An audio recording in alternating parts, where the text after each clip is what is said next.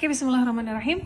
Perkenalkan, nama saya Rila Delvina. Saya sedikit akan menjelaskan sebuah artikel yang berjudul Implementasi Metode Pembelajaran Understanding by Design di Sekolah Alam Depok terhadap Kesadaran Mentadabburi Ayat-Ayat Al-Quran, yang dituliskan oleh Alfiah dan diterbitkan oleh Proceeding Konferensi Integrasi Interkoneksi Islam dan Sains. Nah, tujuan dan konteks dari jurnal ini adalah peneliti ingin meneliti bagaimana implementasi dari kurikulum Understanding by Design ini diimplementasikan di Sekolah Alam Depok. Di mana Sekolah Alam Depok ini, para peserta didik memang belajar di alam terbuka dengan berbasis kurikulum Understanding by Design. Bagaimana kurikulum ini dapat menjadikan peserta didik dari Sekolah Alam Depok tersebut mengerti dan juga memahami akan peran mereka nantinya di dalam sebuah masyarakat. Dan memang sekolah alam ini memang dianjurkan di dalam Al-Quran untuk kita mentadabburi alam sehingga kita belajar sesuatu dari alam tersebut. Akhirnya muncullah sebuah penelitian yang diambil oleh peneliti dengan judul Implementasi Metode Pembelajaran Understanding by Design di Sekolah Alam Depok terhadap Kesadaran Mentadabburi Ayat-Ayat Al-Quran. Metode yang digunakan oleh peneliti untuk membuat penelitian ini adalah deskriptif kualitatif, di mana penelitian ini juga bersifat alamiah. Artinya peneliti adalah sebagai pihak aktif yang terlibat langsung di lapangan untuk melakukan penelitian sekaligus yang menjadi kunci sehingga lebih tepat menggunakan metode kualitatif. Yang menjadi subjek penelitian dari penelitian ini adalah peserta didik yang ada di Sekolah Alam Depok, diambil secara acak oleh peneliti pada hari tertentu dan juga dengan metode tertentu. Hasil yang didapatkan peneliti dari penelitian ini adalah bahwa dengan implementasi dari metode pembelajaran Understanding by Design di Sekolah Alam Depok ini memberikan hasil yang sangat efektif, dan ini dibuktikan dari beberapa indikator dari penelitian kognitif, afektif, dan juga psikomotorik yang lalu dispesifikasikan ke dalam beberapa poin hasil belajar para siswa. Dan juga peneliti menambahkan bahwa dengan menggunakan metode UBD ini sangat membantu guru sebagai fasilitator dalam menyusun rencana belajar dan juga kurikulum yang akan diimplementasikan di dalam kelasnya. Dan juga para peserta didik sangat antusias dengan kurikulum ini, di mana setelah selesai pembelajaran selalu dikaitkan dengan ayat-ayat Al-Quran maupun hadis, sehingga diharapkan para peserta didik nantinya menjadi peserta didik ataupun insan yang tunduk, tawakal, kemudian juga berpikir kritis, pemecah masalah, kemudian juga menjadi pelajar mandiri, pekerja kelompok, serta menjadi komunikator yang efektif. Baik, ini saja dari jurnal yang telah saya teliti mengenai tentang implementasi metode pembelajaran Understanding by Design di Sekolah Alam Depok terhadap kesadaran mentadabburi ayat Al-Quran. Thank you. Assalamualaikum warahmatullahi wabarakatuh. Assalamualaikum warahmatullahi wabarakatuh. Perkenalkan, saya Safora. Saya akan mereview jurnal dengan judul Implementasi Understanding by Design dalam kegiatan pembelajaran literatur review, yang ditulis oleh Veronica Eka Desinatala, Mila Vanalita, Anissa OS Pratama, dan yang terakhir Margareta Dwi Astuti. Baiklah, pada jurnal ini membahas tentang implementasi Understanding by Design atau kita kenal dengan istilah UBD dalam kegiatan pembelajaran di Indonesia telah dimulai sejak tahun 2016. Meskipun demikian, masih terdapat banyak keterbatasan dalam pemahaman dan implementasi konsep tersebut. Konsep UBD itu sendiri menggunakan pendekatan backward design atau desain mundur, di mana tujuan pembelajaran terlebih dahulu ditentukan sebelum merancang pembelajaran. Hal ini menjadi bagian penting dari pengembangan kurikulum di Indonesia, khususnya dalam kurikulum Merdeka.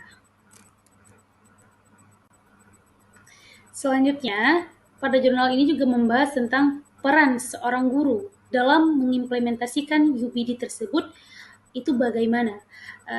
Terlihat bahwasannya peran guru dalam implementasi UBD tersebut sangat penting.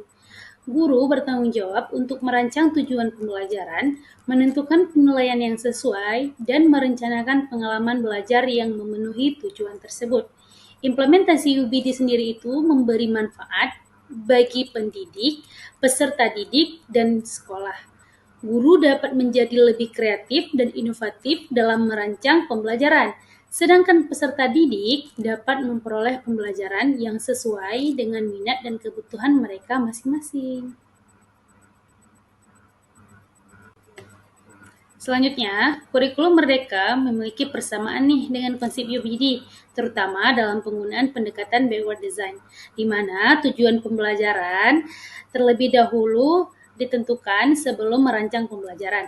Hal ini menunjukkan bahwa kurikulum Merdeka dapat menjadi sarana untuk mengimplementasikan UBD dalam konteks pendidikan di Indonesia.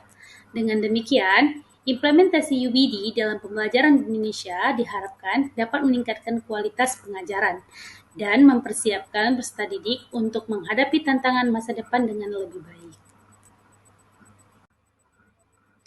Nah, kesimpulan yang dapat diambil dari jurnal ini ialah kegiatan pembelajaran yang dilakukan harus menyesuaikan dengan bagaimana lingkungan yang ada sehingga pembelajaran dapat dilaksanakan secara efektif. Seorang guru harus mampu mengkolaborasikan antara konsep kurikulum dengan praktik di lingkungan belajar. Begitu juga, guru harus memiliki pemikiran yang kritis, kreatif, dan inovatif, sehingga dapat membantu peserta didik dalam mencapai keberhasilan pembelajarannya. Dengan kerjasama dari pihak-pihak tersebut dibutuhkan agar implementasi kurikulum Merdeka dapat sesuai dengan tujuan yang diharapkan, yaitu untuk mengatasi masalah pendidikan yang ada di Indonesia. Sekian dari saya, terima kasih banyak. Sampai jumpa lagi. Assalamualaikum warahmatullahi wabarakatuh. Perkenalkan, nama saya Salwa Khaira. Di sini saya akan menjelaskan tentang review jurnal yang akan saya paparkan.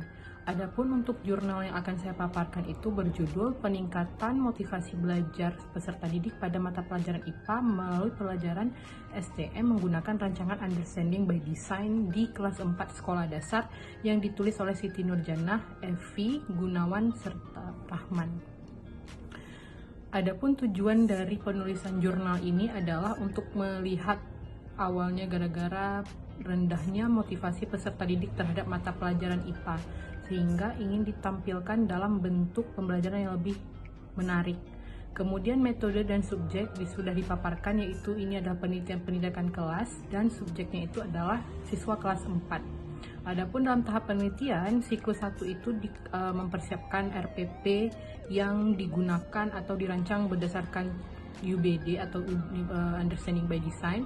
Kemudian di siklus 2, siswa menggunakan pembelajaran STM dengan cara yang sama seperti siklus 1, sehingga didapatkan hasil bahwa pembelajaran yang dilaksanakan di SD 37 Sabang dengan rancangan Understanding by Design mengalami peningkatan. Adapun peningkatan yang didapat itu adalah sebesar 84% kategori baik dan siklus 2 itu 98% kategori baik. Nah, ini menunjukkan bahwa penggunaan rancangan kurikulum atau RPP dengan basic atau menggunakan rancangan Understanding by Design dapat meningkatkan hasil belajar siswa, sehingga disarankan untuk bagi guru-guru yang lain itu dapat menggunakan rancangan yang sama dengan teknik yang sama pada mata pelajaran berbeda atau pada siklus selanjutnya yang sebelumnya belum menggunakan rancangan Understanding by Design. Sekian pemaparan dari saya ucapkan terima kasih. Assalamualaikum warahmatullahi wabarakatuh. Baik, saya Risa Mahabengi dari kelompok 2. Nah, di sini saya akan memaparkan hasil review jurnal yang telah saya lakukan yang berjudul Pembelajaran Berdiferensiasi Berbasis Rancangan Understanding by Design atau UBD terhadap minat belajar sekolah dasar, yang ditulis oleh Wahyu Naldi, Suryadi, Gunawan, Tatang Herman, dan Rika Dwiana. Pada penelitian ini, peneliti menggunakan pendekatan PTK, yaitu penelitian tindakan kelas, di mana seperti yang kita ketahui, PTK ini sendiri memiliki siklus-siklus di dalam tahapannya. Yang pertama itu ada prasiklus, siklus 1 dan siklus 2. Hasil penelitian yang telah didapatkan oleh para peneliti bisa kita lihat pada siklus pra rata-rata minat belajar siswa sebesar 49,91%. Nah, pada siklus ke-1 peneliti sudah menggunakan menerapkan pembelajaran berdiferensiasi dengan understanding by design. Nah, sehingga mereka memperoleh nilainya menjadi 81,40%. Pada siklus kedua, minat belajar siswa mencapai 96,79%. Nah, hal ini menunjukkan bahwa pendekatan pembelajaran berdiferensiasi mampu memenuhi kebutuhan belajar siswa secara individual, merangsang keterlibatan siswa dalam pembelajaran, serta membuat siswa merasa senang dalam proses pembelajarannya. Dalam proses penelitiannya, peneliti pertama sekali melakukan perencanaan, pelaksanaan, setelah itu observasi, kemudian refleksi, dan perencanaan ulang dalam setiap siklus penelitiannya. Berdasarkan hasil observasi, peneliti melakukan refleksi bersama dengan pengamat untuk mengevaluasi pembelajaran yang telah dilakukan. Dari hasil refleksi tersebut, dilakukan perbaikan pada siklus berikutnya untuk mengatasi masalah-masalah yang telah teridentifikasi. Setelah semua paparan yang telah saya sampaikan tadi, bisa kita ambil kesimpulan bahwa pendekatan pembelajaran berdiferensiasi dengan menggunakan rancangan understanding by design merupakan strategi yang efektif dalam meningkatkan minat belajar siswa. Hal ini menunjukkan pentingnya guru memperhatikan kebutuhan belajar siswa dan merancang pembelajaran yang sesuai dengan karakteristik siswa dan gaya belajar mereka, sehingga guru dan siswa dapat mencapai capaian yang telah dirancang di awal. Hanya sekian paparan dari saya ucapkan terima kasih.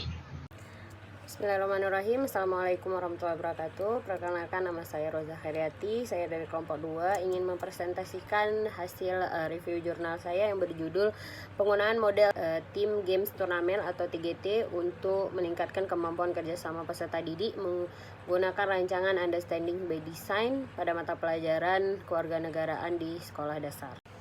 Adapun tujuan dan konteks dari jurnal yang saya review yaitu aspek dalam bidang pengembangan kemampuan dasar di SD, salah satunya adalah aspek sosial emosional. Peranan aspek perkembangan sosial emosional yang begitu pentingnya untuk anak, maka tidak berlebihan bila aspek ini dikaji lebih mendalam.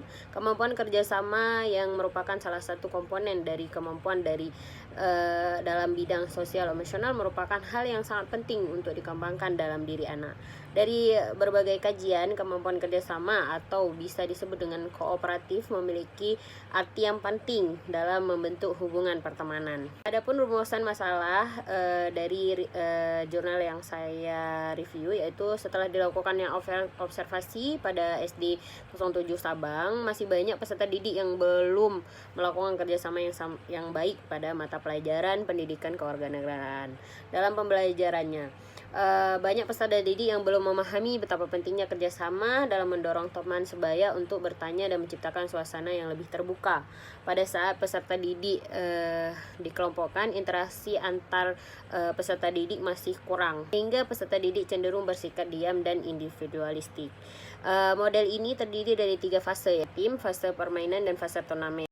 Nah, model TGT memungkinkan peserta didik untuk belajar secara bersama dan membangun kepercayaan diri serta keterampilan sosial yang penting untuk kehidupan di masa depan. Model ini juga mengajarkan peserta didik untuk mendukung dan membantu satu sama lain serta menghargai perbedaan dan keunikan setiap individu. Dengan demikian, model TGT ini merupakan salah satu model yang pembelajaran yang sangat efektif dan relevan untuk mencapai tujuan pembelajaran di abad 21. Adapun kesimpulan yang dapat ditarik dari jurnal yang saya review yaitu berdasarkan hasil penelitian yang dilakukan pada siswa kelas 4 SD 037 Sabang menggunakan rancangan pembelajaran Understanding by Design, ditemukan bahwa penerapan model TGT selama 2 siklus meningkatkan kemampuan kerjasama siswa dalam mata pelajaran pendidikan kewarganegaraan. Pada siklus 1, kemampuan kerjasama siswa mencapai 80,76 dan dikategorikan baik, sedangkan pada siklus siklus 2 kemampuan kerjasama meningkat menjadi 96,52 dengan kategori sangat baik. Terjadi peningkatan sebanyak 15,76 antara siklus pertama dan siklus 2. Maka dari itu dapat diambil kesimpulan bahwa model TGT atau Team Games Tournament ini dengan menggunakan rancangan pembelajaran Understanding by Design atau UBD itu sangatlah bagus atau sangatlah baik. Baik, mungkin itu saja yang dapat saya sampaikan. Terima kasih atas perhatiannya. Saya akhiri, wabillahi taufiq wal hidayah. Wassalamualaikum warahmatullahi wabarakatuh.